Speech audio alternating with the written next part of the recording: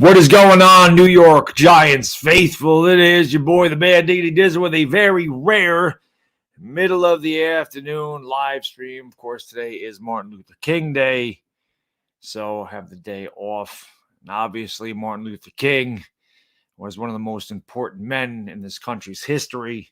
So, obviously celebrating the day today. Also celebrating a New York Giants playoff victory. This is something that we have not had here with the New York Giants in 11 years. A lot of the younger guys that watch this channel have never experienced this because in order to actually have probably appreciated the Giants Super Bowl, you would have had to be at least 18 years old by now. So if you're in high school, haven't graduated yet, you probably never really got to enjoy a Giants playoff victory. Well, enjoy it. It feels really good. And hopefully, this is not the last one we have this year. A major game coming up against this disgusting, filthy pigeons from Philadelphia, a team that I have no love lost for. As many of you know, they have given our team a lot of shit over the last decade. What better way to get a revenge than knocking the number one seed out of the postseason? You can say, oh, you got no chance. Philly fans can say, you got no chance, Giants, got no chance. Well, we had no chance in 07 either. We had no chance to beat Tampa, to beat Dallas, to beat Green Bay, to beat, New England. 2011, we had no chance to beat the 15-1 Packers in Green Bay. Nope, that's it. Giants beat the Falcons, and that's about it. Yeah, we've heard that for years. I heard it back in 1990. Giants got no chance going to Candlestick Park and beat the two-time defending champion 49ers. That ain't going to happen. Yeah. The Giants have no chance. Seems like when people say the Giants have no chance, it seems like that's when they have their best chance. The Giants are playing really good football right now. And I kind of like our chances. I like our chances. I really do. Philadelphia is good. I'm not saying they're not.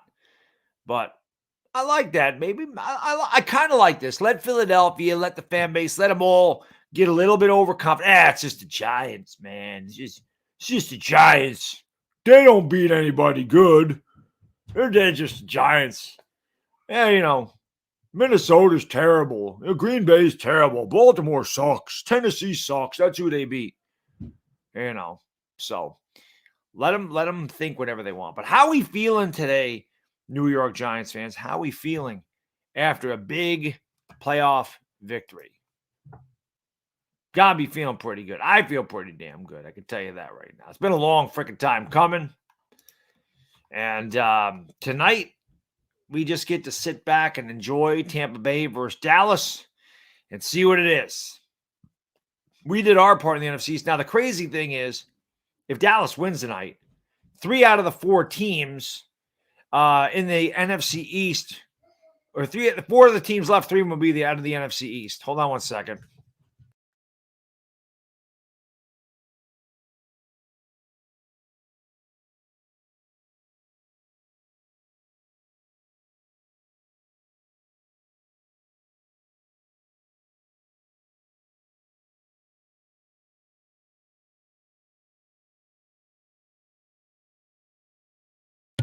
That's the other thing about working in the middle of the afternoon. You get the boss calling you, and I'm not talking about my boss at work. I'm talking about my boss in my life. Any of you married guys know how that goes. Anyway, I'm feeling good. No, I didn't get in trouble. She needed me to answer a question. But thank you guys and girls for being here. I appreciate it always. Hit the like, hit the subscribe, all that good stuff. Ring the bell. If you haven't seen my video I did today, check it out. Daniel Jones deserves praise. Deserved my apology. The funny thing is, I always found this amusing, maybe not amusing, but when videos go viral, it's never good videos. You know what I mean? It's always some crazy act or some negativity. Those are the things that always seem to get passed around the internet. My Daniel Jones reaction to the draft, I guess I've said, I was the thumbnail on SI.com. It was on ESPN. Like I said, 5 to 10 million people saw that. But things like the apology video, that's the type of thing that should go viral. That's the type of thing that should be like, oh, look at this guy, making amends and saying he was wrong, and fan base is starting to come around and they appreciate him and all this stuff. Those are things that should go viral, but the good things never do. Only the bad things. It's very interesting how that works, but it is what it is. But I felt like Daniel Jones needed that apology video, and the reason I did that was, again, I feel like he deserves it. I feel like he deserves praise. And Lord knows, even though I have praised him this year, I felt like that formal apology was needed because I found that video, that little video on my page from me at the Jets game. Now, when I went back and watched that, I'm sitting there thinking to myself, I knew this 4 years ago in somewhere. I go back to Miyagi and Karate Kid 2. He says, sometime what heart know, head forgets. And in my heart, man, I knew. I said it right there. If we could get him an offensive line and a real coach, they're my words. I'm 60 pounds heavier in that video, but they're my words. If we can get him an offensive line and a real coach, he's going to be dangerous in the NFL. I made videos saying he'd be better than Dak Prescott, man. I made that video. It's on my page. And like I said, just somewhere along the losses, somewhere along the frustration of the Joe Judge regime, I lost sight of the fact that it really wasn't Daniel Jones' fault. And it's something that I had to take a year like this to make me realize that again, or it had to take that video to refresh my memory that, hey, you did believe in this guy at one time. And then all of a sudden you lost your way. You got to come back and apologize, say I was wrong. And I was wrong. And I'm glad I was wrong. And I wish that guy nothing but the best. He needs to be back here. I don't think there's any question about what he did yesterday was nothing short of spectacular. That's a heroic performance in a playoff game. That is where you win your respect, especially in New York. Now, even if he comes out against Philadelphia and he has a bad game, I ain't going to kill him. There's no way. His first year in the playoffs, he went on the road, beat Minnesota. And I'm telling you, Philly ain't blowing us out. Philly's not blowing us out. There's a very good chance we win that game. They haven't played well down the stretch. They're beat up a little bit. He lost Lane Johnson. They haven't played as well over the last month as they did at the beginning of the year. They're coming off a bye. Sometimes the guys are rusty. The Giants have to do in this game, there's no question. They have to come out, punch them right in the mouth right away. The Giants got to get the upper hand right away in that game. Let Philadelphia know we mean business. We didn't just come here for the cheesesteaks, okay? The Giants got to let them know immediately that they mean business when they get in there. Chislo, thank you for the super chat, man. Appreciate you, brother. He says, I'm going to need our defense to show the F up next week. Yeah, defense, a lot left to be desired in that game against Minnesota. We're going to have to get to Jalen Hurts. We're going to have to put some pressure on him. We're going to have to put some pressure on him. He's a little, he's not. Kirk Cousins played a good game. We can't allow Dallas Goedert to just run free in the middle of the field like we did TJ Hawkinson. One thing I will say about the defense, they played fantastic against Justin Jefferson. They shut Justin Jefferson down. New York Giants 26, thank you for the super chat, man. Chris came around long-term on Jones. Your thoughts? I don't know what you mean by long-term, like 6 years or like franchise money. Listen, whatever the Giants decide to do, I'm on board with it. I'm on board with Joe Shane. I'm on board with those guys. I think they know what the hell they're doing. If it's what they decide's best for the team, then do it. I still don't know if that's what they're going to do. I think it depends on how far Daniel Jones takes him. If our run ends in Philadelphia this week, I still think he gets a 4-year, $124 million contract. I still think it's somewhere in that term. If he continues to lead us and he goes in and he beats Philadelphia, then I think his price increases. I think Daniel Jones's value can only increase the farther he goes. But if that's what happens, I'm not going to sit here and get upset. I believe in this front office, and I believe in this coaching staff. They know what's best for the team. It's been a long time since the front office and the coaching staff have been good here. Long time. And it's proven because we hadn't won a playoff game in 10 years. People could say Jerry Reese, yeah, but Ernie, of course, he had a lot to do with that. And of course, Coach Coughlin was our coach. So you had Ernie Accorsi, you had Coach Coughlin. That was a good combination. And even Jerry Reese, the beginning of his tenure was pretty good. He kind of fell off there after our Super Bowl. And then they fired Coughlin, and then it's been a disaster ever since. They got the right guy in Brian Dable. They got the right guy in Joe Shane. And it's showing. It's paying dividends big time. NY for life. Thank you for the super chat, man. Appreciate you. He says, Dallas going to become the new laughing stock of the NFC East. Well, if they lose tonight, yeah. And I do think that. I do think that Dallas is going to lose. I do. I think Tampa wins 24-20. That's what I think. I think Tampa wins 24-20. And now the reason I'm doing this is because last night, I would have loved to have hung out and with you guys and girls a lot more after the game. But like I said, man, I had to do my post-game video. I had to eat. I hadn't eaten pretty much all day. And I still was hungry because I didn't really get a chance to eat. And then I had to do the Laker game. And then I had to eat really late at night. And I got some sleep and blah, blah, blah, blah, blah. But I really wanted to hang out. So I just wanted, we have to do the victory stream. The Lakers do play tonight at 10:15. So I wasn't able to do it. But, I'm so happy as a Giants fan. The Giants made me remember yesterday what happiness feels like as a Giants fan, because as most and a lot of you younger guys and girls, you haven't got to experience the happiness of a playoff victory, the happiness of having a good team, or knowing what it's like to win when it matters most, to have a winning record. It's fun. I grew up at a perfect time. The Giants were just coming out of a really bad era of football, and I started following them in 1984. And for 27 years after I followed them, they were one of the best teams in football. Constantly in the playoffs, constantly a champion. Well, maybe not constantly. The middle 90s were kind of iffy.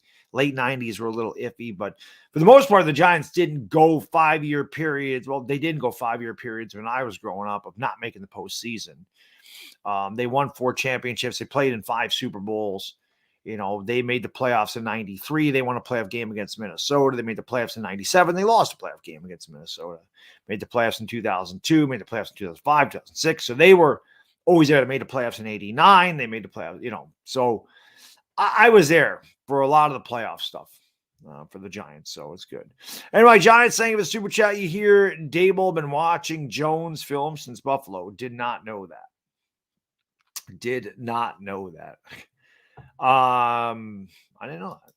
Whoops. Svi says Bad Dog 5-Point Vids collab. I have collab with 5-Point Vids and Urinating Tree. It was probably 6 weeks ago, maybe around the bye. I have collab with 5-Point Vids. I talked to him. I would definitely collab with them again. There's no question about that. And I have collab with him. And like I said, Urinating Tree. I haven't got to get into the round table with Scooter Magruder and Tom Grossi, but maybe someday, But yeah, I would definitely work at 5-Point Vids again, for sure. They're the only franchise to win a Super Bowl in 4 straight decades and counting. Yes, this is a fact. The 80s and 90s, the zeros and the tens, the teens, whatever. Let's get it done. Let's get it done. I should go to the Eagles game. No, I'm not going to the Eagles game. My father-in-law's birthday is actually Saturday. So I'll be celebrating that. And then, hey, I didn't even know he was in it. Let's do it. Hey, there he is. Let's do it. You got to figure out a time though, man. This is going to be a busy week. But yes, we have to do it again. How about them Giants? I've come a long way from the Daniel Jones reaction video. I can tell you that much, man. I can tell you that much. That was on his channel. I forgot what that was called, what they called that. But yeah, I worked with him and Tree. And it was good. It was fun. So yeah, man. Come a long way since since the Daniel Jones thing. But yeah, man, it's been a hell of a ride, and I want it to continue. Listen, man, I wanted Philadelphia. I wanted Minnesota. We got them, right? We got Minnesota. Wanted their ass. We got them. I wanted Philadelphia. We need a revenge tour. Philadelphia has given us a lot of crap. Like I said, what better way to end it? What better way to, continue a fantastic season by knocking out your most hated rival? Because this has happened my whole life with them damn Birds. Now, we have had our way with them. I remember in the late 90s, we probably beat them. I think we beat them 9 in a row from like 97 to 2000. Like we used to beat the hell out of Philadelphia. But even in the 80s is when I really started my contempt for Philadelphia. That damn Randall Cunningham against Carl Banks, Visek Ahima punching the frickin', the upright bag on a punt return, losing in 89 to Philadelphia, getting swept by Philadelphia in 89. Stupid 2010, the Miracle in the Meadowlands 2, the Jake Elliott 61-yard field goal. David Akers knocking out us the playoffs in 2006. The 2008 postseason, which is the best Giants team I probably ever witnessed. They're as good as that 86 team. They were really, that 2018 was an absolute juggernaut until Plexico Burress shot himself. So that ticks me off. They could talk about that. I didn't really care about the Devontae Smith thing. Eagle fans had more of an affinity with, we screwed the Giants, you got Devontae Smith. They cared more about that than I did. I really didn't care about that. That really did not bother me. But they like to think that they got one over on us with that move. We ended up with Kayvon Thibodeau and Evan Neal because of that move. So I can't really get too upset about it. And I wasn't upset when it happened anyway. But they've just given, and listen, they've beaten the hell out of us for years, right? They swept us this year. Granted, we had practice squad players and second string and third string guys in the last game. They did beat us up pretty good the first game. Daniel Jones beat them last year. Daniel Jones has a good record against Philadelphia, considering Eli really didn't near the end of his career. And of course, Daniel Jones was a drop pass away from beating them in 2020. We all know Evan Ingram dropped the game-winning pass. Daniel Jones put it right there, and Ingram dropped it.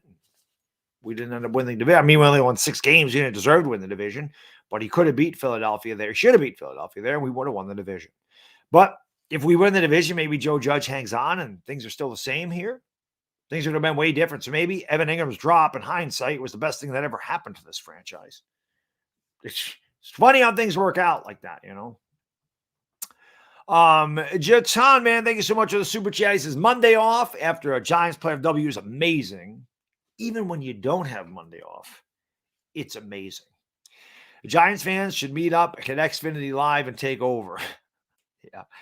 Yeah, it's going to be crazy, man. Like I said, next weekend, my father-in-law's birthday, so I got to go out to dinner, and I got to run home, get ready to do the stream with Chris. I'm looking forward to it. I am so looking forward to that. Chris and I hadn't got to do a playoff stream at all. Yesterday was so much fun. And getting to play Philadelphia, like I said, win, lose, or, well, there's no draw. But win or lose, I know it's going to be a good game. And I'm telling you, man, I have a strange feeling. Minnesota was due to lose. They'd won 11 straight one-score games. They were due to lose. We haven't won in Philadelphia in 9 years.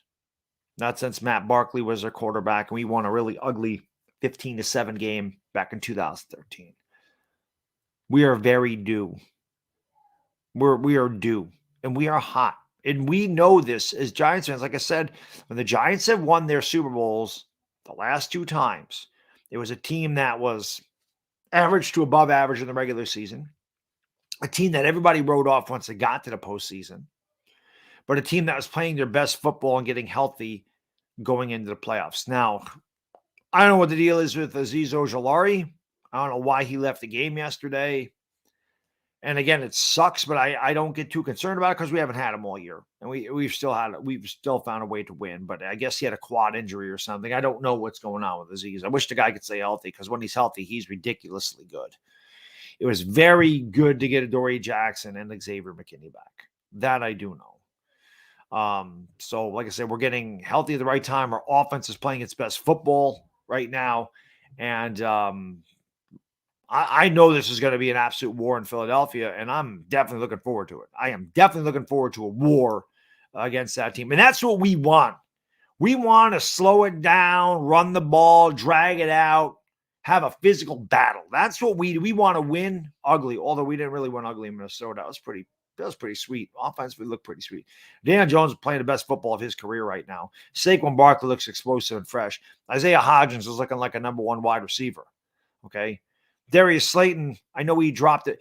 And the thing I love, Darius Slayton, that was a big drop. Okay. In years past, I would have killed the guy. And instead, it was for a second, I was like, oh my God, you got to catch that. You got to catch it as a big drop. And it was. But once our defense got out there, I'm like, all right, pick a teammate up. Like, my attitude towards it has changed. You saw Brian Dable go right over there. You saw his teammates trying to pick him up. Say, all right, man, get him next time. Don't worry about it. We got you. I love the way he's coached up. I love the way the coaching staff gets this done. And I expect Darius Slayton to have a big comeback. I think Darius Slayton's going to come out there. I think Darius Slayton's going to be the guy that has the big game. He's going to be the X factor. I'm going to say that right now. But this team plays for one another. This team plays for the head coach. And I like the resolve that they showed. So, but think about it. Daniel Jones put that ball right there too. So the Giants offense is definitely playing their best football right now. And it's a good time to be playing it for sure. Rick, thank you for the super chat, man. Appreciate you, my friend. Brilly says, Bad Dog, I tuned into Philly Sports Radio for a few minutes this morning. Let me say, they're a cocky and confident bunch. Nothing would be sweeter than to knock them out of the playoffs. Let's effing go. That would be the best, Rick. That'd be the best. The fan base is cocky, all this stuff. They shouldn't be. But let them be. Let them overlook us again. Oh, especially, let them overlook us. Oh, man, we got the big 49ers. We didn't overlook the Giants. We don't care about the Giants. Let's sweep them under the rug. Please overlook the Giants. Please act like you already have the game in hand. Please. I would love it. That would be the greatest thing that's happened since our Super Bowl. Well, winning yesterday was the greatest thing that happened since our Super Bowl. Beating Philadelphia would just add the icing on the cake. But it is, L.A. Lou, thank you for the super chat, man. Really appreciate it. Brilly, my friend. Says, remember how people thought Jared Goff was a bust? After his rookie year with Jeff Fisher, even you. We hire McVay, and he's in the Super Bowl in his third year. I'm still not really sold on Jared Goff. He had a good year with McVay, and then he completely plummeted again. And then he went to Detroit, and he had a pretty good year this year. He's kind of been up and down. But I'm still not a big Jared Goff guy. He's okay. He's better than Carson Wentz was. But I don't know, man. I have a hard time getting on board with Jared Goff. That's just me. He's, like I said, he's good. I don't think he's great.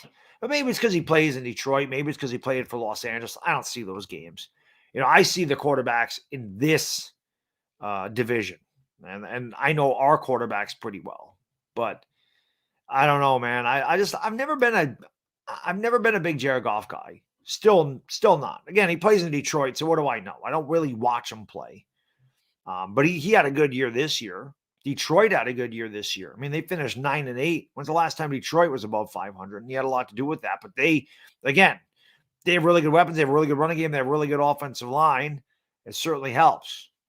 Ryan Tannehill got paid under the Jeff Fisher regime. So you take it what it is. But a head coach definitely means a ton. It definitely does. And like I said, in that video, man, when I was at the Jets game, I said this. It came out of my mouth. We need to get him a real coach. He didn't have it with Joe Judge. He didn't have it with Jason Garrett. He didn't have it with Freddie Kitchens. That coaching staff that the Giants had the previous 2 seasons to this one was probably the worst coaching staff I've ever seen in my life. And yet I was blaming Jones. It was, hindsight's 2020, but I missed that one. Dashy, my friend, thank you for the super chat. Appreciate you. Brilly, no pineapple on a pizza Dashy, says, from being laughed at by Ravens fans for losing in the playoffs to beating the Ravens in the playoffs to laugh at Ravens fans, the tide has turned. Oh, as a Bengals fan, Dashy, I think the tide has turned tenfold, my friend. You guys are Super Bowl contenders. You're still my pick to go to the Super Bowl, as you have been for quite some time. But yeah, man, what a difference Cincinnati's made. And again, it is amazing what some good drafts can do. You guys have great wide receivers. I would love Daniel Jones to have. Your offensive line is still a little because Joe Burrow gets beat up a lot. But I'd love to have a guy like Jamar Chase and T. Higgins and Tyler Boyd and Joe. Well, we got a really good running back at Saquon Barkley. But yeah, man, it's the Bengals are good. The Bengals are good. And it's always good to knock out. I want to do the same thing you guys just did, Dash. I want to knock out our division rivals so bad. Try Glasson, thank you for the super chat. Appreciate you. Thank you for beating the Bike Queens from a Packer fan. I love all the Packer fans. They loved it, man. The Packer fans are very happy.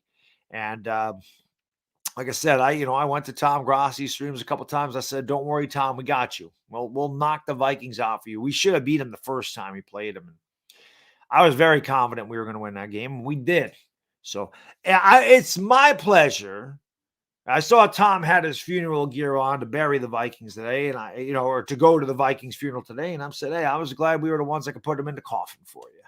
So I'm glad. I'm glad for Packer fans who made you guys feel good. I got nothing but respect for the Packers. So I'm glad we could help you out, man. Jitan, thank you for the super chat, man. Appreciate you, brother. He says, Aziz has been underwhelming, going to need it. Well, he's been hurt. That is the issue. That is the issue. He's been injured, which absolutely sucks.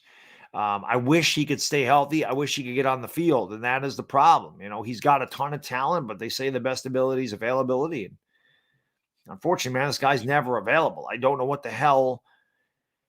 I don't know what it is. Like I said, maybe he's got too much muscle, man. You get too muscular, you don't bend. You're not as flexible, and more muscular you are, the more likely you are to pull muscle. The guy's built like a freaking Greek god, but he can't stand it. It's like Giancarlo Stanton for the Yankees. Giancarlo Stanton's built like a damn Greek god, but the dude can't ever stay healthy. Nick B, thank you for the super chat, man. Appreciate you. He says, let's go. Let's go indeed. Let's go indeed. Oh, Saturday night's going to be fun, ain't it? Saturday night, it's going to be fun. Man, I want to lose Saturday. I like this feeling. I like winning. I want to play more football. I want the Giants to play more football this year. I want to go to the NFC Championship. I want to do that. I want to do that again. I definitely want to do that again. Nick, thank you again for the super chat, man. Appreciate it. Dab's coach of the year. So fired up. He's absolutely coach of the year. There's no way you can even debate it. The guy's done more with less than anybody else. The Giants already came in with a roster that nobody believed in, and then everybody else got hurt. Like we had so many guys on this team get hurt this year. We dealt with so many injuries. It's to key players. I mean, Leonard Williams missed time. Kayvon Thibodeau missed time. Evan Neal missed time. Azeez Ojulari's missed time. Xavier McKinney missed time. Adoree Jackson's missed time. So we've lost a lot of our big players. Wan'Dale Robinson, Sterling Shepard. I mean, the list goes on and on and on and on. And through it all, the Giants are able to show that resolve. They had a bad month in November, and they responded very well. And they're playing the best football right now. And the Philadelphia fans and the Philadelphia media and the Philadelphia Eagles, they can be as cocky as they'd like because they think they're playing the same old Giants. Well, I got news for you. This ain't the Giants team that you guys saw in November or the beginning of December, I should say. This isn't the same Giants team. And it's certainly not the Giants team you saw last week of the season that gave you guys quite a scare when we were playing a third and fourth string defense. So, we'll see what happens. We'll see. I am looking forward to it. Now, I'm waiting for Chris to get back to me, but looking at maybe working with LB and Philly Mike tomorrow. I'm just waiting to see if Chris is available. But I definitely wanted to do something with some of the Eagle fans this week. Obviously, it's a major game for both of us. And nobody wants to lose this one. But what I will say is the Giants have no pressure. We ain't supposed to be here, and we ain't supposed to beat Philadelphia. So if Philadelphia wins, whoopity-doo, that was what was supposed to happen. But if the Giants win, if the Giants win, oh, Philly. Oh, man. Oh, man. Oh, boy. Oh, man. Giants pull this off. I'm Eagle fans want to stay far away from me. Oh, way far away. No doubt about it, man. No doubt about it. Mike says Giants are on. Philly and San Francisco have to be worried. Well, maybe not San Fran. We're not playing them yet. And the funny thing is, Mike, I don't know how worried Philadelphia is, and I'm glad. I'm glad that they wouldn't be worried. I'm glad that, again, they're just overlooking us. Say, look, we're in the NFC Championship game. Kind of like Dallas did in 07. Dallas overlooked the Giants.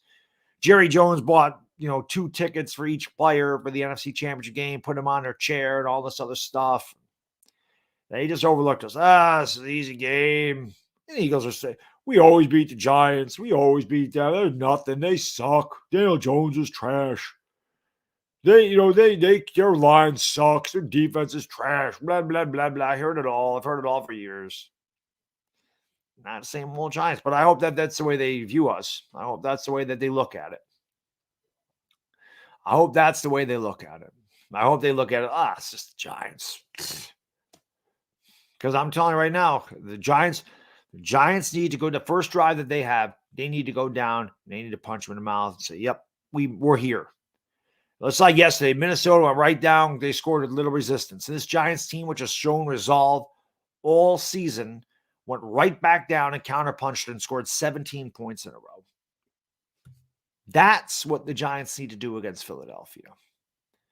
But I will say this, again, no matter what happens, I'm going to have a lot of fun this week. There's no question about it. I'm going to have a video. I'm going to try to have a video out like every day. And like I said, I'm going to try to work with some Philly guys. And of course, I still got the Lakers all week. So this is, it's obviously we'll have the Talking Giants show. My channel this week. We'll be doing the Patricia Trainer show over there. Probably Thursday, I'll do Patty's show and probably Talking Giants on this channel Thursday night as we get ready for the Saturday game against Philadelphia. But again, I just, I can never say it enough. I can't say it enough. Your support for this channel during the dark times of the Giants has been very humbling and overwhelming. And I'm extremely grateful and appreciative, for riding with me through these horrible 5 years and me doing a lot of screaming at my camera because we've been such a bad team. But I've said this before. I wear my heart on my sleeve. I am true blue, man. I am a freaking New Yorker. You don't need to live in a city to be a New Yorker. I can tell you that, because if most people saw me or heard me, they probably think I do live in New York City because I have that type of attitude. I don't. I live far away from New York City. I live in upstate New York. It's completely different. Trust me when I tell you. But I never could have envisioned this channel getting to where it is, and I owe that to all you guys and girls. So I'm extremely grateful to be at this point, and we deserve it. It's nice to have good Giants football. It's nice to have good Giants football, man. I'm glad that I get to share this with you guys and girls. And I love this feeling of victory, and I don't want to lose it. And nothing would be better than beating the Philadelphia Eagles. I would love to enjoy that with you guys and girls too, because we deserve it. We deserve it. They don't deserve it. Most of their content creators came on board after they won a Super Bowl.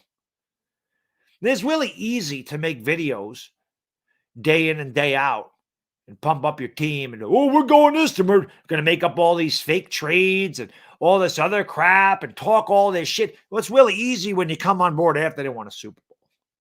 Piece of cake. But when you're rooting for a team that did not spend one day over 500 in 5 years and won 22 games in 5 years, tied for the worst over that period with the New York Jets, it's not that easy to make a video every day or 3 days a week, to stream every football game, to do that show every week. It's not easy. It wears on you as a fan. Last year was the worst. Last year is the worst. Ironically enough, probably the biggest growth of my channel was last year. But that was impossible to watch, especially without Daniel Jones. To know going into Sundays, we had no chance to win. No chance. And to sit there and watch it for 3.5 to 4 hours every Sunday, to spend 4 hours of my life every Sunday watching a team that had no business on an NFL football field was tough. You guys and girls were with us through it all. That's why this is the best fan base there is. It takes something to get pissed off at your team, to yell at your team, to say this team sucks. even though you know it does suck and you know that you have no chance to win, to be there week in and week out, that's what a fan does. I had so many people, Bad Dog, why do you stream the games? Bad Dog, why do we even watch this shit? Bad Dog, I don't want to watch. I said, what, I had so many people last year, I'm done with this team. I'm done. I'm not watching anymore. I'm done. I'm done. Next week, they'd be right there. Why am I back here, Bad Dog? Because you're a fan. That's what we do. We have dealt a lot of shit for 5 years. We deserve this. As the Goonies said, this is our time. This is our time. This is our time down here, to be perfectly frank, but it is. New York Beast, thank you for the super chat. Appreciate it. We bound for the NFC Championship, Bad Diggity Dizzle. Bring on them Sheagles. Oh, let's do it. Let's do it. Let's kick their ass. Let's kick their ass. Let's do it. I would love to beat them down. I would love that. That would, again, that made the last 5 years worth it. But just thinking about where we are now, as opposed to where we're supposed to be, and thinking about what the future holds, you got to be excited as a Giants fan. You have to be. There's no way you can't be. You got to know the right pieces are in place. And again, I think Daniel Jones is making the harshest critics even turn around and take notice and say, wow, okay, maybe he is better than I thought he was. Maybe he is the guy. Even the harshest critics are starting to come around and go, okay, the kid played well. So if the Giants have their quarterback, the Giants do have their quarterback. Again, I don't know for how long, but for the immediate future, yeah, they do. What Dable and Shane guys decide to do with him, that's up to them. But I know John Mara's on board, and Daniel Jones ain't going anywhere. The Giants are going to do whatever they can to bring him back. If it's lesser of two evils, if they can only bring one of the two back between Jones and Saquon Barkley, it's going to be Daniel Jones. As much as I love Saquon, and Saquon is an absolute beast, and I'm glad that he had a bounce back year. He should win comeback player of the year. I don't know if he will. Geno Smith could win that for all I know. But, it's harder to find a quarterback than a running back. So I'm thinking that I would love them both to be back here, but if they have to choose, it's going to be Daniel Jones. It's not going to be Saquon Barkley. So I think they'll get a deal done with Jones. I think they'll tag Saquon, and they'll try to work something out with Saquon. Saquon's tag is much less than Daniel Jones. I think Daniel Jones is going to get a contract. How big of a contract will depend on how far he goes in the postseason. He beats Philadelphia. He goes to the Super Bowl. He's going to get franchise money. He's going to be the franchise quarterback. That's what's going to happen. I hope that is what happens. I hope at the end of this year, we're talking about Daniel Jones getting 6 years, $240 million, because that would mean he won a Super Bowl. That'd be awesome. Nick, thank you for the super chat. Years of clown music and bags over your head. I'll tell you, Nick, as bad as last year was, and it was hard, watching those games was really difficult. Watching those games was really difficult. But some of the most fun I had, I cannot lie, some of the most fun I had in the last 5 years was making my post-game videos and making fun of Joe Judge. That was my way of coping with such a horrendous team. The Joe Judge, the fake Joe Judge press conference, the bag over my head, making fun of the headsets with Joe Judge, and the clown music, and the playbook, the toilet paper playbook that Joe Judge used. That was some of the most fun I had. That was the way I coped with such a horrendous Giants team. But those are pretty fun. But the circus music and everything else, you had to laugh to keep them crying, because you just couldn't make it up how bad they were. I've always said that a college team can never beat an NFL team. I've always said that, and I kind of stand by that. But I'm telling you, man, that Giants team last year was not an NFL team. And I swear to God, the Georgia Bulldogs would have given the Giants everything they wanted. The Georgia Bulldogs might have beat the Jake Fromm, who went to Georgia, mind you, but they might have beaten look like my camera went dark for a second. They might have beaten the Giants last year. They very well could have. So my 2 cents says Joe Judge deserved every bit you laid on him. Gettleman gets a pass. He did draft this GJ. Well, Gettleman's promises. Gettleman obviously, in hindsight, looks like he drafted well. He looks like he drafted. Now, he had his hits, he had his misses. That's what any GM does. It looks like he hit on Daniel Jones. He looks like he hit on Saquon Barkley. Looks like he hit on, Julian Love and Xavier McKinney and Azeez when he's healthy. Andrew Thomas. It looks like he hit on some of those guys. He missed. Dexter Lawrence is another guy he hit on. He missed on DeAndre Baker. He missed on Kadarius Toney. So he definitely, but his drafting, for all it is, he missed on Matt Parrott. He missed on Shane Lemieux. He had his misses too. But the key players on this team are the ones he hit on. Gettleman's issue was bad trades, although the Leonard Williams thing looks pretty good now. Bad trades. Alec Ogletree was bad. The bad signings, the Kenny Galladay signing, the Nate Solder signing.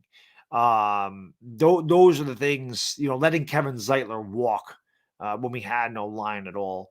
He didn't do a good job in those. He was really bad with the cap. He was good with drafting. He was good at evaluating talent. But the rest of it, as far as the GM goes, I think Gettleman struggled.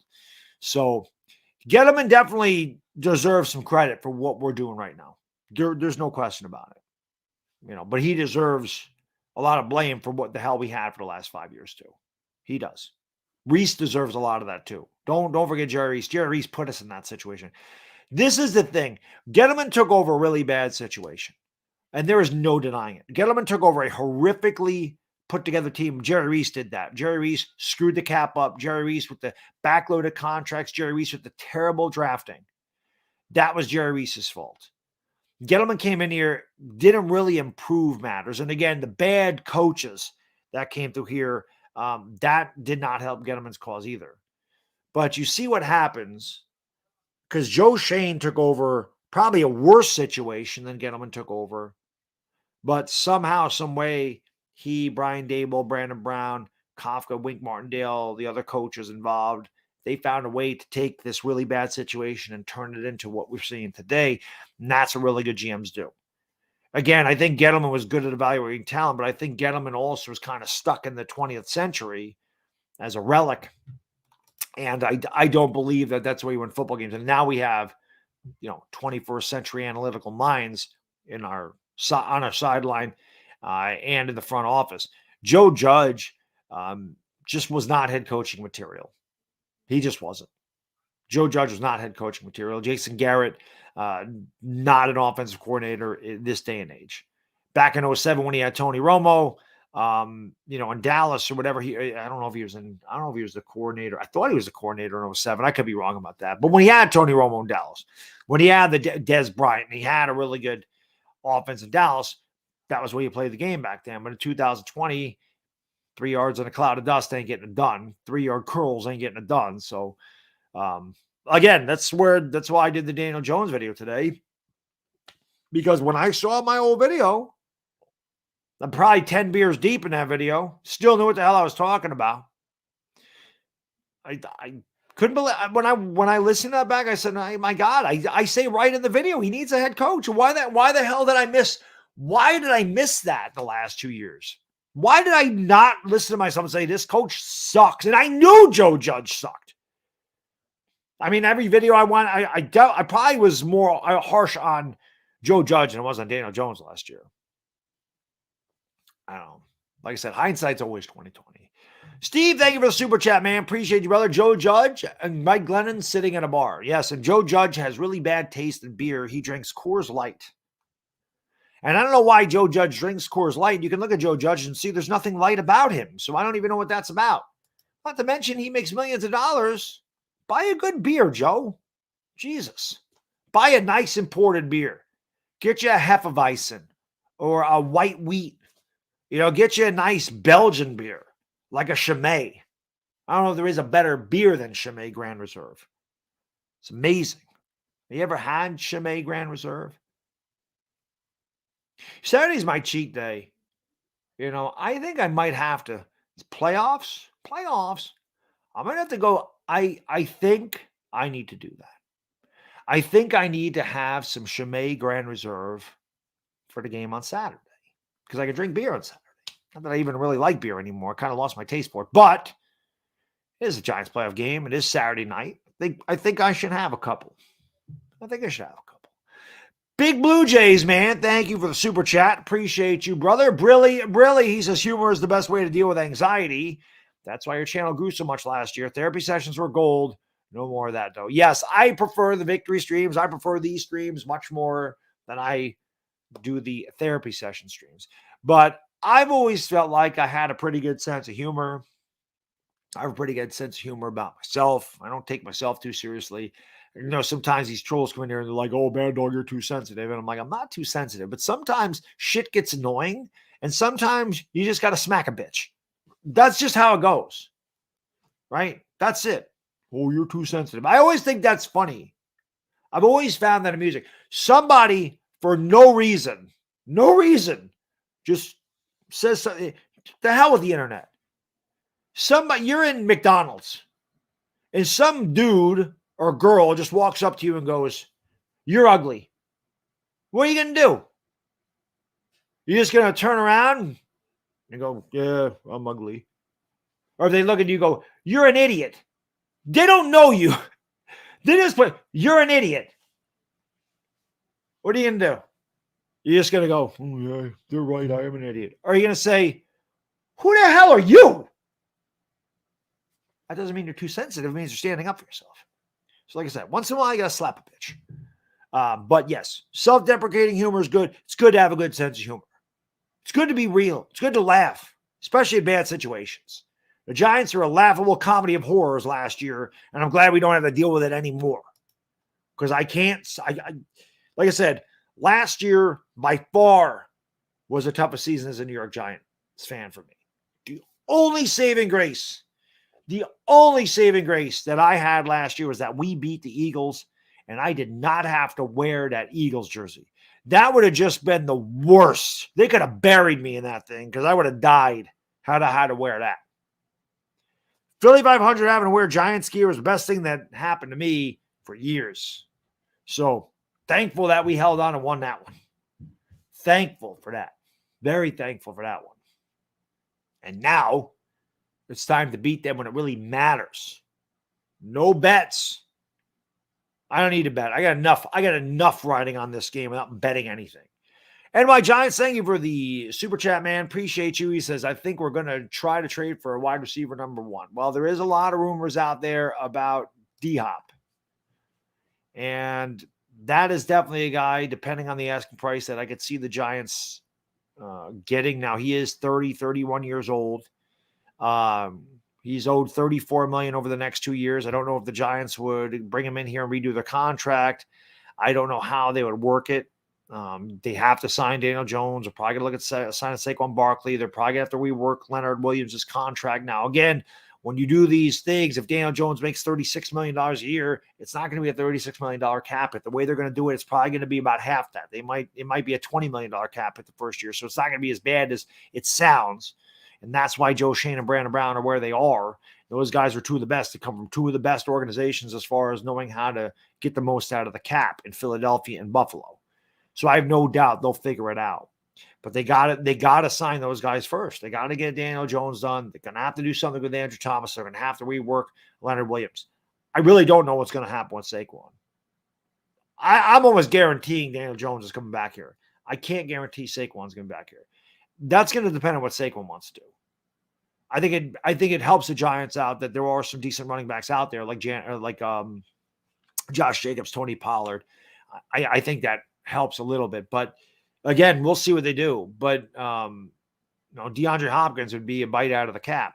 So do they want to trade for DeAndre Hopkins, or do they just want to take a number one wide receiver in the draft? It's not going to cost as much. We're going to find out. These are the situations. But I certainly would love to add a DeAndre Hopkins to an Isaiah Hodgins. I can and a Wan'Dale Robinson. Sterling Shepard, I love Shep. Shep's a great guy. Shep is a locker room guy. He's a clubhouse guy. He's a leader. He's a very good kid, but he's not coming back here. I will be shocked if Sterling Shepard is back here, and not because he dropped the pass yesterday. I just don't think the Giants are going to give Darius Slayton a lot of money. I don't think they're going to bring Darius Slayton back, not because, they don't think he can do it, but I think that there's just more important positions. I think they're more concerned about getting their quarterback signed and their left tackle signed and probably Saquon Barkley signed. So, I can see that. I can see a couple of the wide receivers leaving. So if they do trade for DeAndre Hopkins, if it took 2/3 and they can work the cap out, I'd be fine with it. That's what the cap's for. You're going to bring in an absolute number one receiver. I would love to see what Daniel Jones could do with DeAndre Hopkins. I would love. What Giants fan wouldn't love to see what we could do with D-Hop and Isaiah Hodgins, and then maybe draft, like I said, a Mario Williams or a Jordan Addison out of USC. But if you go out and you get DeAndre Hopkins, you might not have to worry about the wide receiver. Then you can concentrate on drafting a center and drafting a cornerback. We got 11 draft picks. This offseason I love the fact that we're talking about the offseason, but the offseason ain't even here yet, right? We're almost into February, and our season isn't done. Been a long time, because normally our season's been over in October. So this is uncharted territory for us in a long time. But that's why you got to be excited about the Giants' future. You got to be excited about our immediate future, like Saturday, because I think that we can pull this upset off. I really do. But you look at what's ahead of the Giants and where they could be headed. You got to be really excited about that. Zach, man, thank you so much for the super chat. Appreciate you, brother. He says, I hate to be the Philadelphia Eagles because they get effed on Saturday. That's right. Pluck Philly. Pluck the Eagles, baby. We are plucking Eagles. We ain't going there for cheesesteaks. Like I said, we're going there for Eagle wings. That's what we're doing. That's what we're doing. That is what we're doing. Corey B, thank you for the super chat. I appreciate you. He says, what up, bad dog? You have to love how the haters are changing their tunes and showing the Giants respect now. It's like you and Chris said, when we're good, the sports world is going to be sorry. Cheers. Oh, yeah. Yeah, listen, man, the media hates the Giants. The media gives the Giants a lot of shit. And I came around to the Giants early. I think the signature wins. The game against Tennessee immediately told me this season was going to be different. Immediately. And then we didn't know the Packers were going to miss the playoffs. But when we beat Green Bay in London, and when we find a way to beat Baltimore coming back from London, we beat the Packers and Baltimore in back-to-back weeks, there's no question at that point. You're like, this team's good. This team's good. And yeah, we had a little hiccup, like I said, around, middle of November, beginning of December. But the team's playing the best football right now. They're getting healthy at the right time. Daniel Jones is playing his best football. Saquon Barkley looks explosive again. It's good right now, Corey. It's fun to be a Giants fan right now. And we're gonna give Philadelphia every single thing they want and more. Without a question. Without question. We're gonna give them all the smoke. Without question. Without question. V-Man, thank you for the super chat. He says, you and Chris must be on cloud 9 after 4 and 8. There's no question. Cloud 9, without a doubt. I mean, like I said, man, it's nice to make videos. It's good to be happy as a Giants fan. I haven't experienced happiness in a long time. And like I said, for the younger generation, for this generation of fans, the ones that are, like I said, high school, 18, 19, probably never really got to appreciate a good Giants team. Because I always say you probably got to be at least 8 or 9 years old to really understand what's going on, like the basic concept of football. You can't really say, I've been a fan since 5. Sure, you may have rooted for him, but what did you understand about football at 5? Probably not a lot. So, like I said, you're born in 2003. Maybe you knew what was going on in Super Bowl 46. But if you were born in 2003, you're now 19 years old. Ironically, 19 years old is as old as I was the last time the Cowboys were relevant. And ho-hum, look at this. I'm almost 47. And that tells you...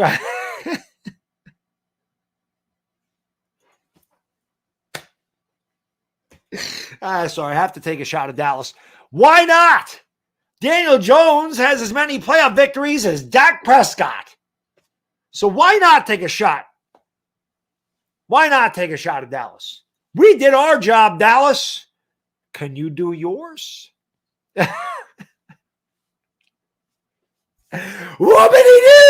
We're going to Philly, baby. We're going to Philly. We in this bitch. Maybe we'll be taken seriously now. Maybe. Maybe not. I hope they don't take us seriously. I hope they don't. I hope they don't. White Steve Harvey, thank you for the comment, man. He says, you look way younger than 47. I appreciate it. Yes, I'll be 47 in July. I've been around a long freaking time. A long time. But one of the best comments I've gotten, someone said it to me on YouTube, and one of the teachers that I work with said, they go, I don't know how you do it. You kind of reverse in age. I don't. I try to stay in shape or try to eat right or whatever. I mean, I have a 5-year-old son, so I have to be around a long time. You know, he's 5. I'm 46. So when he's 20, you know, I'll be 61. You know, if I want to ever see grandkids, I'm going to have to be in my 70s at least. So I'm trying. I'm going to hang on. I'm going to hang on for as long as I can. And when I get to be 75, 76, I'll probably still be on here. And I'll probably still be yelling about the damn Giants, good or bad. And all you guys and girls that are in high school right now, you're 17, 18, 19 years old, you'll have wives and kids and husbands and families and all that stuff. And I'll still be on here 30 years from now screaming about the New York Giants. What you do. What you do. Law Nation's my guy. Law Nation's my guy. You got to do it, though. Listen, it's the NFC East. It's family business, like Louis T says. It's family business. You always got to take it. We respect each other. We hate each other's teams. You always got to take a shot. It's all about the trash talk. But I'm telling you, trash talk wise, the Eagles do not want to lose this game. Don't. I'll be unbearable. Don't. Eagle fans, don't lose. You're not supposed to. Look right at you. Don't lose this game. You lose this game, you have to deal with bad dog for a good year. And you don't want that smoke. Trust me. Trust me when I tell you. You don't want that. I want that. You guys don't want that. You know, it's good stuff, man. It's good. I'm enjoying it, man. I'm enjoying it. I'm enjoying the ride. It is definitely something I didn't think we'd be seeing this year. I definitely thought we could get stuff done in the future, but I wasn't expecting such a quick turnaround. I predicted them to win 7 games. I actually had the Giants when I did my prediction. I had us at 7-6, but then I had us losing the last 4 games of the year, and I thought the Colts would be a lot better. I didn't think we'd lose to the Lions, and I didn't think we'd lose to the Seahawks. I thought those were worse off teams than us. We ended up losing both. We ended up beating the Colts. But I did have us losing to Washington, at Washington. I did have us losing to Indianapolis. I did have us losing to Minnesota, and I did have us losing to Philadelphia. And I had us finishing 7-10, but I said the ceiling would be 9 wins, and that's what we got. Thought the floor would be about 5. So, again, I didn't predict us to go to the playoffs. So I'm not going to sit there and go, I told you we're going to the playoffs, because I didn't think so. But I definitely thought we'd be way better than last year. And I thought maybe it would take a couple of years and we'd be in the playoffs in 2024, 2023, which we're going to be in the playoffs again next year. We're going to be in the playoffs for a while. This team is going to be good for a long time. This team is only going to get better too. But Giants fans, like I said, you got to be excited. And the NFC better start to worry, because you have a team that is on the rise. And when the Giants get on the rise, they start plucking off opponents. And that's just the way they do. They start to pick off opponents, even though nobody ever believes in them. Outside of 1986, nobody believed in the Giants that were making their Super Bowls. Always had us losing. Always had us losing. Always. Well, that's not the case. And this year's no different. I'm not sitting here saying we're going to the Super Bowl. Nobody's going to pick us to beat Philadelphia, Giants fans. You know that. Nobody's giving us a chance. Nobody. Giants will give themselves a chance. Giants fans will give us a chance. But Eagle fans are going to say, thank God we have another bye. The media is going to be like, oh, well, it's been a nice ride. Daniel Jones is a nice story. Brian Dable's a nice story, but it ends in Philadelphia. You know it. And I hope that the New York Giants, I hope all the players and all the coaches, I hope they listen to that shit. I hope they hear that, and I know they will. I hope they hear every single person doubting them. Oh, it's going to be a cakewalk for Philly. I bet you Philadelphia's a 7.5-point favorite, or between 6.5 and 7.5. Let me see what this is. I'm going to say it's about a touchdown. Let's see what it is. Touchdown, maybe. Let's see. 7.5. 7.5. 7.5-point dog. Giants got no chance. Giants stink. Nice story. It's a nice story. Brian Dable's a nice story. The Giants aren't ready. I want you to hear it. And I want you to go in with a chip on your shoulder. Say, this is nothing new. I want Brian Dable to go in that locker room. This is nothing new, guys. They don't believe in us. And that's okay. Because I know everyone in this locker room believes in themselves. And I know everyone in this locker room believes in each other. And at the end of this football game, at the end of those 60 minutes, we're going to make believers out of all those doubters. I want the Giants to listen to that shit because it's going to go on all week. Oh, they got no chance. They got no chance.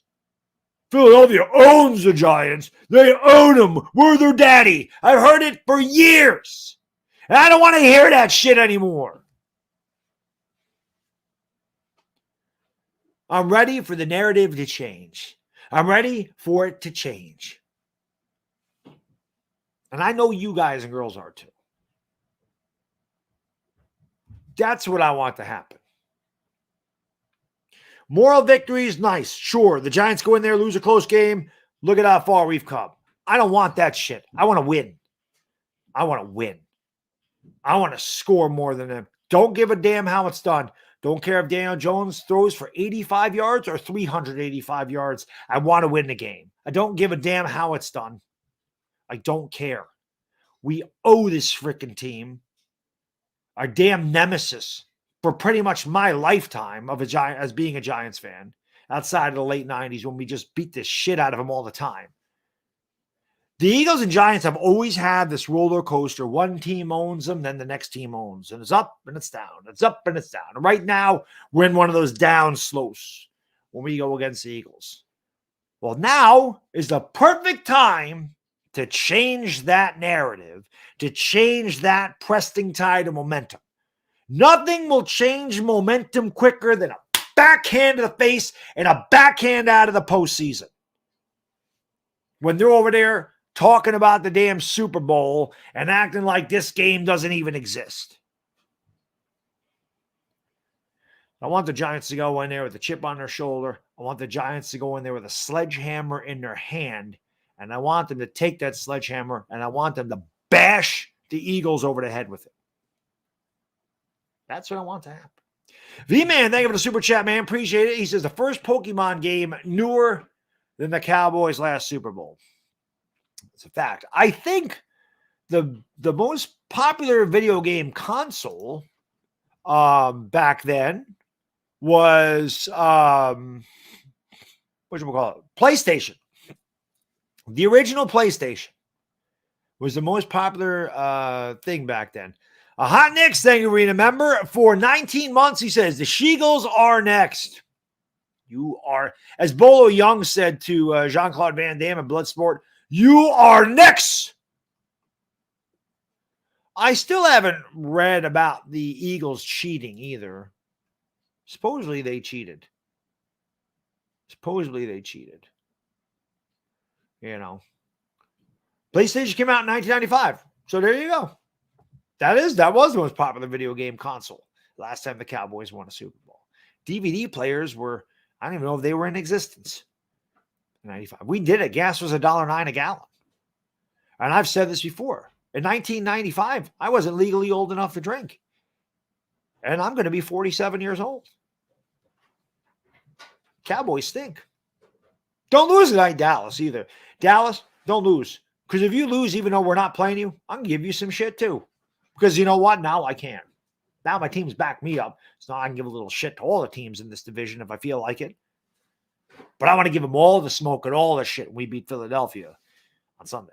That's really what I want to do. That's really that's it, man. That's what I want to do. Yes, I heard that too.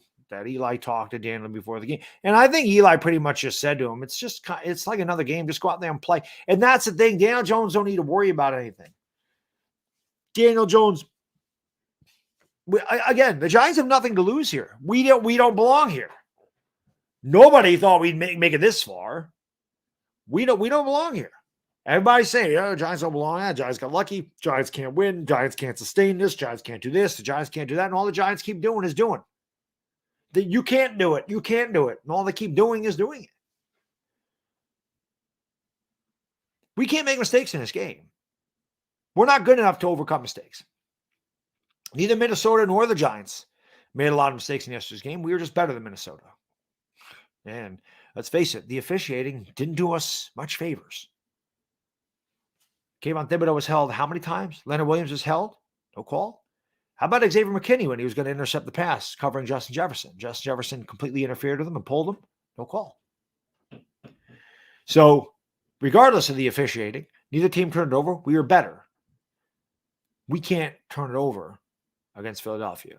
That can't happen. We're going to have to win that turnover battle. So, Wink Martindale, whatever you got to do, you got to find a way to make Jalen Hurts stay in the pocket. He's gotten way better in the pocket. Okay, both Daniel Jones and Jalen Hurts have taken major steps forward this year in the pocket. Something I didn't think either one of them could do.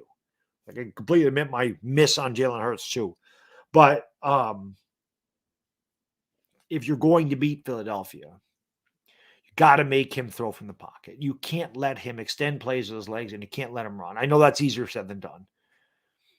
Because watching Daniel Jones run against Minnesota yesterday, I know what that feels like. Because I see quarterbacks doing that to us, and I get so frustrated with them running. And I'm like, will you just hit the guy? Will you just knock him out? Will you just kill him when he runs? It's so frustrating. To watch our quarterback do that to somebody else was beautiful. So I know what that aggravation is when a quarterback's able to extend the play. It's frustrating. It's frustrating for a fan. I can only imagine how frustrating it is for a defense. Somehow, some way, you got to make Jalen Hurts stay in that pocket. I don't know what the deal is with the shoulder. I don't know how serious that is. I don't think he was 100% in that last game. He played us. Obviously, they had a week to rest it. So I don't know what his status is. Like, I don't know what the situation with the shoulder is. But I do know that if we're going to beat them, you got to make him beat you from there.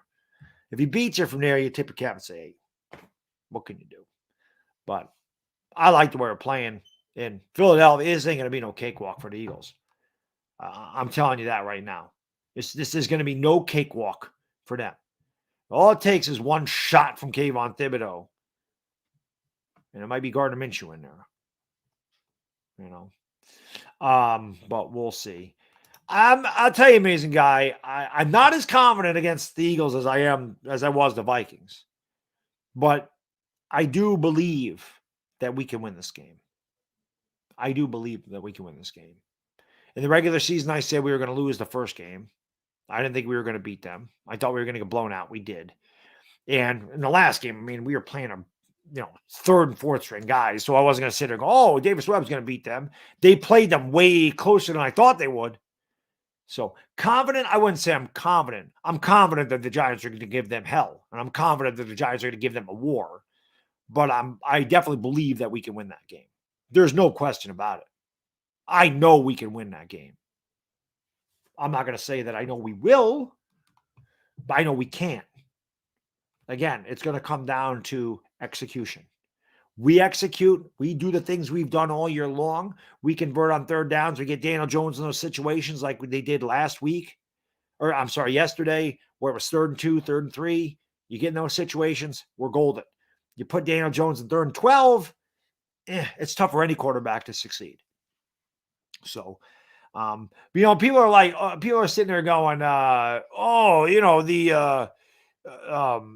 our defense is way better and blah, blah, blah, blah. Man, the Eagles defense it's not that good. Their pass rush is good.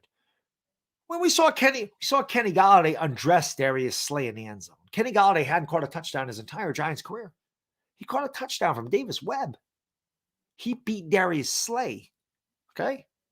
So there's no reason to think their rush defense isn't that good. There's no reason to think that we can't run the ball against Philadelphia. And I'm telling you, man, I watched Davis Webb run those quarterback draws. When they ran Davis Webb, all I could think to myself, if that was Daniel Jones running, he would have had a touchdown. If that was Daniel Jones there, he would have had a touchdown. Daniel Jones was faster than Davis Webb. We can't make mistakes. We don't make mistakes. We execute. We could pull this off without a doubt. We go in there. We have stupid penalties. We turn the ball over 3 times. We ain't going to win. We're not going to beat them if we do that. But if they limit the penalties, if they can force a turnover or two, win that turnover battle, and get to 3rd and short, they will win that game. Again, these are all big ifs. Easier said than done.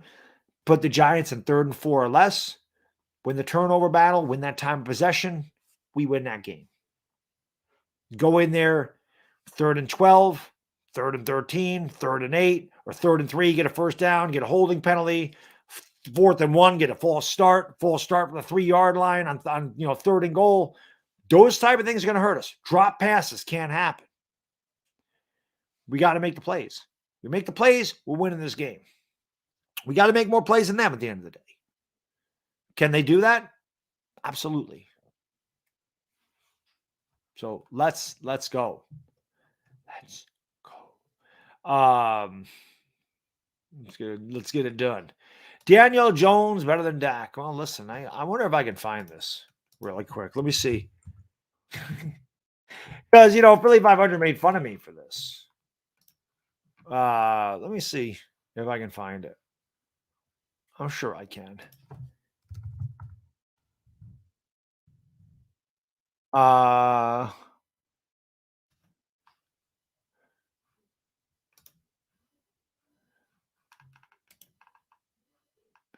Look at the old thing here. Here you go. Look at it. I'll just share this with you. I'm not gonna play the whole video, but there you go. Look at the title. Look at the title, and look at the. Let's see if I can take myself out.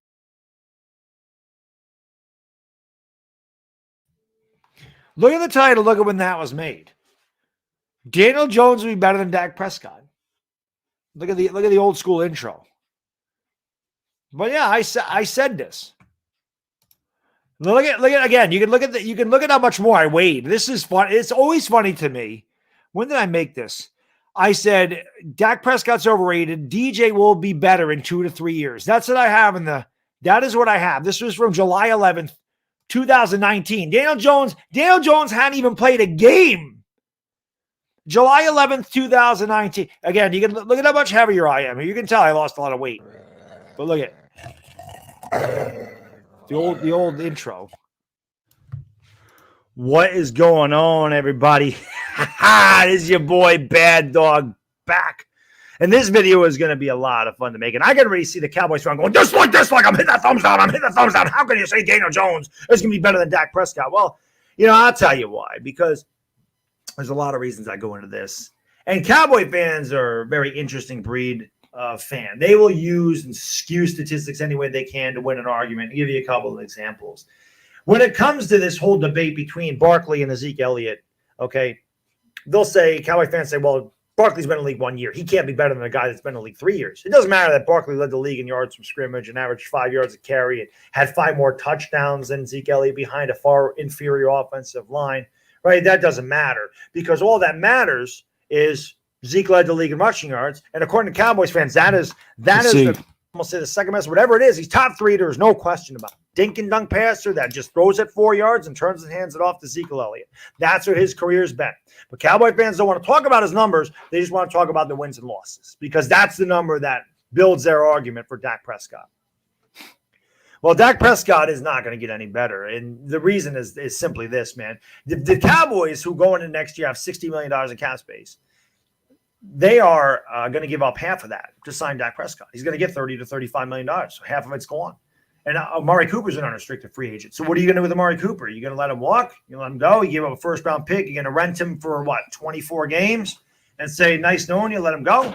Dak Prescott was terrible before Amari Cooper got here. As a matter of fact, between the last 10 games of 2017 and the first 10 games of 2018, that's a 20-game span, Dak Prescott had 19 touchdowns and 14 interceptions. That's terrible. So there you go. I'm not going to play the whole video. But I do have that out there that I said he'd be better than Dak Prescott. I said he'd be better than Sam Darnold.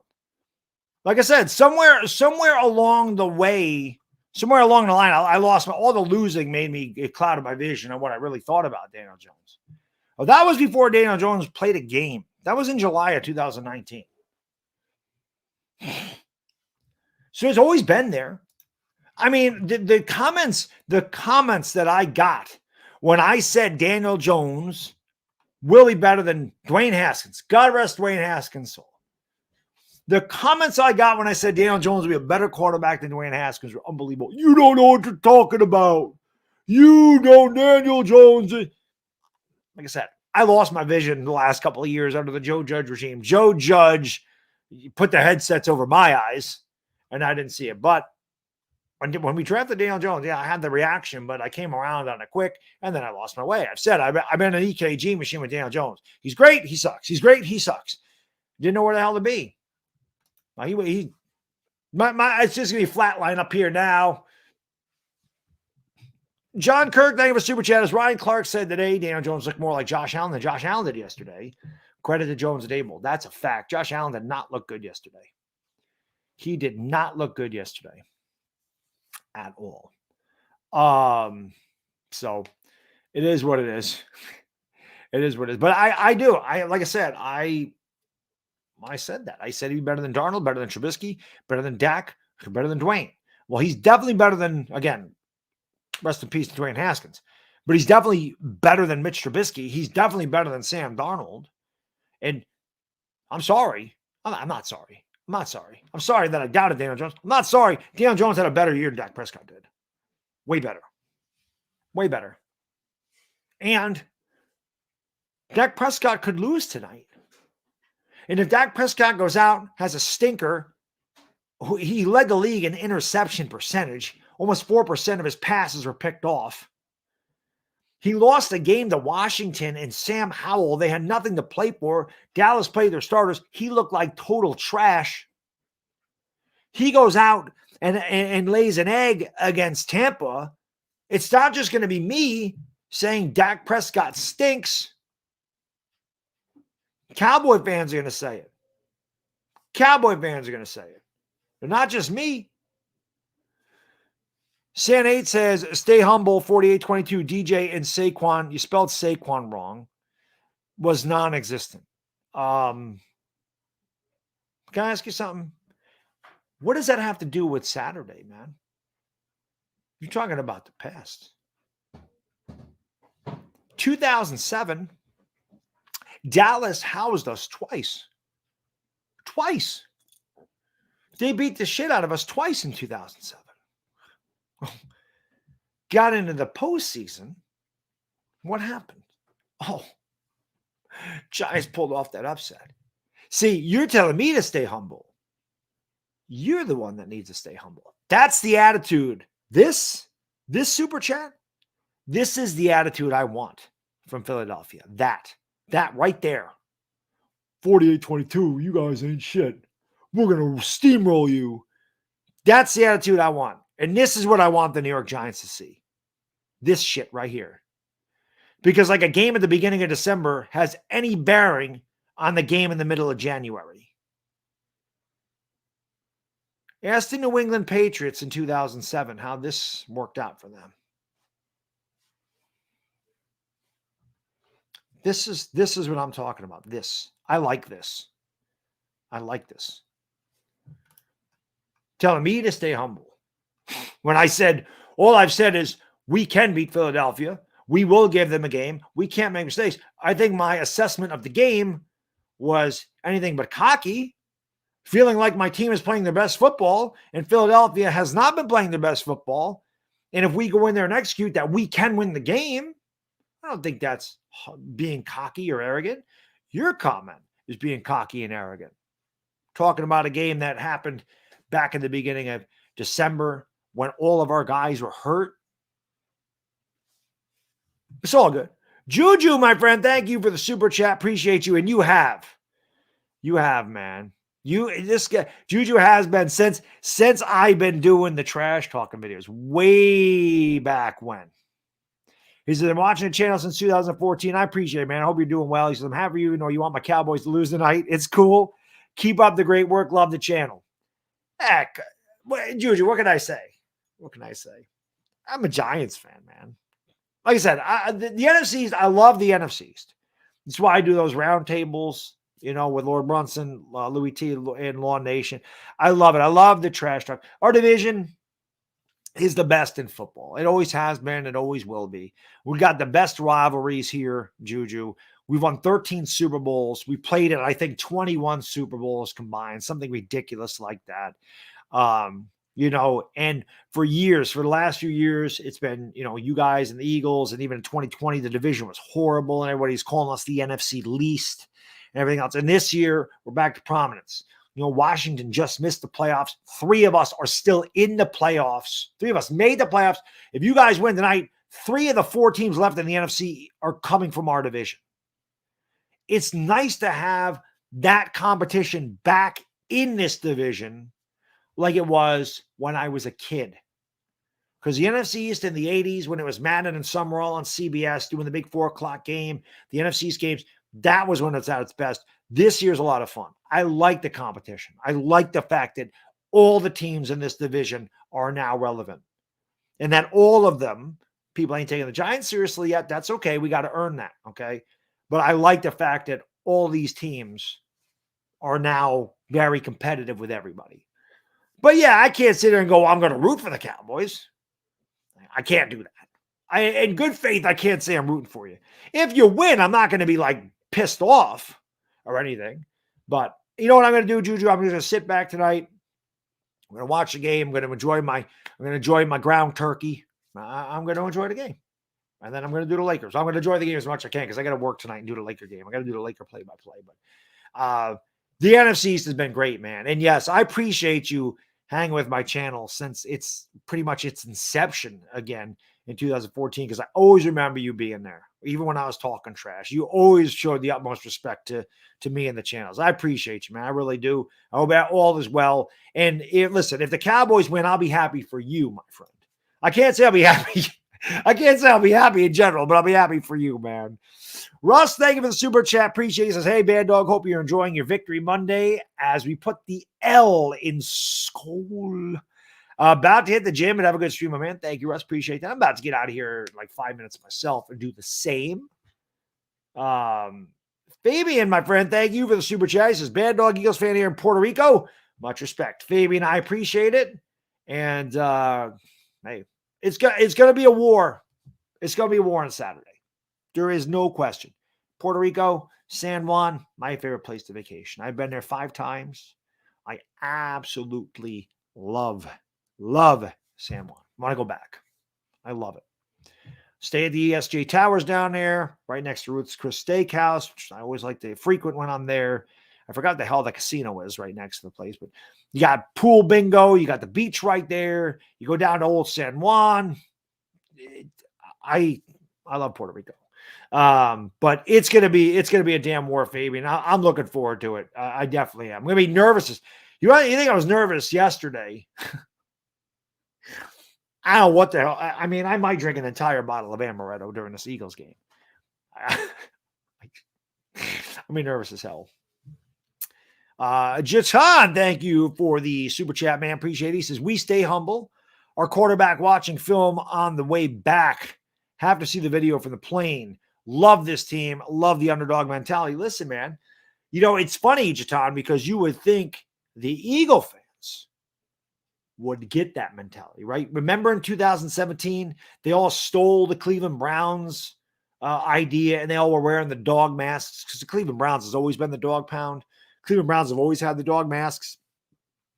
The Philadelphia Eagles, they don't even like, this is the funny thing, Jerton, right? The bird, the eagle bird itself is a beautiful creature. It's an amazing. It was my dad's favorite bird. And it's funny because my dad hated the Eagles, right? But it was his favorite bird. And I love the eagle itself. But like the Eagle fan, they don't like their logo. They hate it. In 2017, they were all sitting there wearing dog masks. We're the underdog. We're the underdog. We're the underdog. Underdog mentality, right? So you would think that they would get our mentality right now and know that we're freaking dangerous. But now they're all sitting there going, oh, stay humble, fam. 48-22. No cap, fam. No cap, fam. I guess that's what the kids say today. I don't know. No cap, fam. 48-22. It doesn't matter. You would think they would get it. And not only then did they wear the dog masks. Now they're calling themselves Batman. Now it's a Batman thing over there. Why do you hate your logo, Eagle fans? Why do you pick everything but an eagle? Eagles are cool. You're not cool, but the bird itself is cool. So why are you Batman? Why are you a dog? What do you mean, elephant? You can steal the Crimson Tide thing next? You mean elephant all of a sudden? Like, what the hell? I mean, listen, you got some of the ugliest uniforms in the league. And I'm not even a uniform guy. But that green is horrible. You should go back to the 80s style Eagle jersey. It was way nicer. Way nicer. That Eagle logo sucks. Bring back the old Eagle logo. We all know the Giants got the best jerseys in football. We all know it. We all know it. That classic blue is a beautiful thing. That McKinney jersey always a beautiful thing. Daniel, thank you for the super chat, man. I love talking shit. I love it. It's so much fun. It's so much fun that I actually can talk shit, and my team backs me up. I forget what the hell this is like. So just think about this now. We haven't played the game. Can you imagine how unbearable I'll be if and when we do beat them? If we lose, well, what the hell's the difference? I've been having to eat that for 10 years. So I again, like the Giants, I have nothing to lose as a content creator talking all this shit. I got nothing to lose. And there's another one. There's a perfect example. All these Eagle fans talk about Boston Scott, Boston Scott, Boston Scott. I find it funny that a guy that plays for Philadelphia, his name is Boston.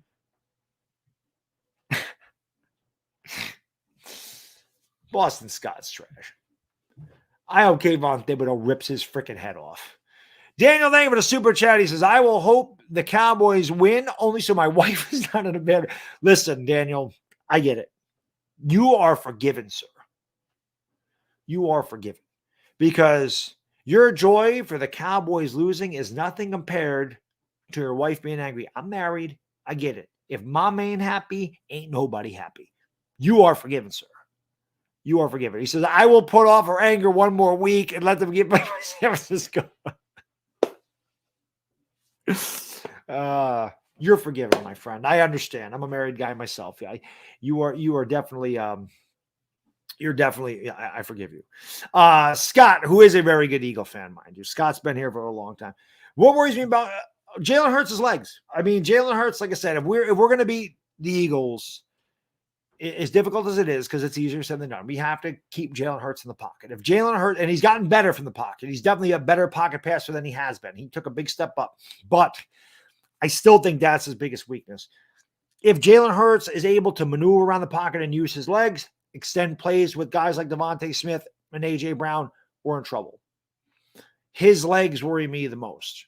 We have to find a way to get to Jalen Hurts. We have to find a way to squeeze him in the pocket. We have to find a way to hit him. We did not hit Kirk Cousins, okay? We barely got to Kirk Cousins, and Kirk Cousins can't even move. So that concerns me.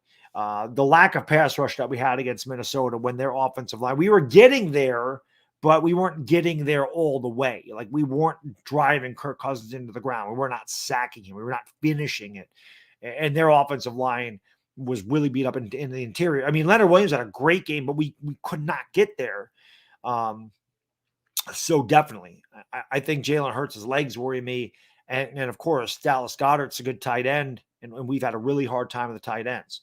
Philadelphia's got a really good offense. There's no denying this. I don't sit here and tell you Philadelphia's overrated, and I'm not sitting here telling you Philadelphia sucks. They don't. They're not overrated. They don't suck. They're a very good team. We don't win 14 games in this league by accident, although people could say Minnesota won 13 games, but Philadelphia is blowing the doors off of people. So they're good, okay? I hate their guts, but I'm not going to sit here and disrespect them and say they're a shitty team. They're not a shitty team. They're the number one seed in the NFC for a reason. But this Giants team is way different than the team that lost 48-22. And if the Giants go in there and execute, and we don't make mistakes, we're going to be right there at the end. That I do fully believe. But if we're going to win this game, we have to force Jalen Hurts to throw in the pocket, and we have to force him to make some bad throws. That's the way we're winning this game. If he can run around back there and he's going to get 100 yards rushing, we're going to be in trouble. And I know he's going to rush. I know he is. That's what he does. And it again, as a fan, when you watch a quarterback convert a 3rd and 8 with his legs, I don't care who the hell you would for. If that happens against your team, that pisses you off so much as a fan, watching that quarterback do that. You at least for me, I guess I can't speak for everybody, but for me, when I watch a quarterback convert a 3rd and 8 with his legs against my team, it drives me up a wall. And Jalen Hurts is one of the best at doing that. So that's my biggest concern. But listen, guys and girls, it is 3:30. So I'm going to get out of here. I said I'd hang out for like an hour and a half. I want to hit the gym. I got to go to the grocery store, get some food in me. I'm going to sit back. I'm going to watch a lot of the Dallas-Tampa Bay game. I'll be live at 10:15 tonight for the Lakers and Rockets. Hopefully you'll tune in for that. If you're interested in the basketball or after the football game's over, you want to come by and hang out, that'd be great too. Check out the Daniel Jones apology video. If you haven't, share it out with a friend. Those are the videos that should go viral. A video like that should be seen, right? A good video, a well-intentioned video. Those are the things that people should see. Hey, look at this guy. He's right. I was wrong. I already saw another content creator do an apology video. I guess this is what why people are supposedly I'm considered an influencer, because when you have again, God bless all you guys and girls that put up with me and made my channel what it is. Okay, I would never be at 110,000. We're almost at 111,000 subscribers. Could never do that without you. But I guess when you get to a certain point, your videos are seen, and it does influence other video makers to do what you do. So I've already seen another guy say he's done an apology video. So that's what I'm saying. Let my video be seen. Let people see it. Let people say, if this guy can admit he was wrong and apologize, I should do the same thing. Because I got housed for saying bad shit about Daniel Jones, saying you're an influencer and you're influencing people to think bad things about Daniel Jones, which is probably true. So if I'm able to say, I'm sorry, I was wrong, I was mistaken, I forgot where I came from, that's your problem. Other people say, you know what? If this guy can admit he was wrong, so can I. And I was wrong about Daniel Jones. And that should take off. That's the type of thing that should take. It doesn't, because nobody likes nice things on the internet. Everybody loves drama. Drama sells. So me screaming at the top of my lungs and my veins popping out of my neck going, what are you doing, you freaking moron? That's the one that gets seen by 10 million people. That's the one that ends up in SI.com. That's the one that ends up on ESPN. That's the video that ends up everywhere. Not the nice bad dog that comes on and says, Daniel, I'm sorry, man. I lost my way. Forgive me. Nobody likes that. Nobody likes that. Everybody likes, oh, look at this guy. He's pissed. Well, for all the people that like me being pissed off, you're going to be upset, because I'm not going to be pissed off. Even no matter what happens this Sunday, I'm not going to be pissed off. This has been a hell of a year. I don't want it to end. I don't want to see it end. And if we play Giants football on Saturday, ladies, and you're going to see a lot more of me this week. Philly 500 just texted me, said we got to do something. I definitely want to work with LB. I definitely want to work with Philly 500. I definitely want to get some content up here this week. It's going to be busy. It's just fun. We're in the playoffs. We're playing the Eagles. This is the best thing that could have happened to me as a fan. So I want to enjoy it. I don't want to lose this feeling. I want to win one more game, at least one more, one game at a time. Win this game on Saturday. We play Giants football. We execute. We don't make mistakes. We're going to be right in that bitch. We're going to have a chance to win this game. And I can't wait. Again, thank you guys and girls for all your support. I really do appreciate it. Again, check out the Daniel Jones video if you haven't. Share it out with a friend. Share it out with whoever. Tell people about the channel. You guys and girls are the absolute best there is, the best there was, and the best there ever will be. Enjoy the rest of your day, everybody. I'm going to go hit this back workout. I'm going to eat my dinner. I'm going to be live for the Lakers. And I'm going to watch Cowboys and Buccaneers. Cowboy fans, I'm not going to wish you luck. To hell with that. What the hell am I talking about? Just have a good game. No injuries. Play it tough. May the best team win. That's what I'll say. That's the best I can give you, Cowboy fans. Anyway, I'm going to get out of here. It is the Bad Diggity. Enjoy the rest of your day, everybody. And I'm gone. Peace.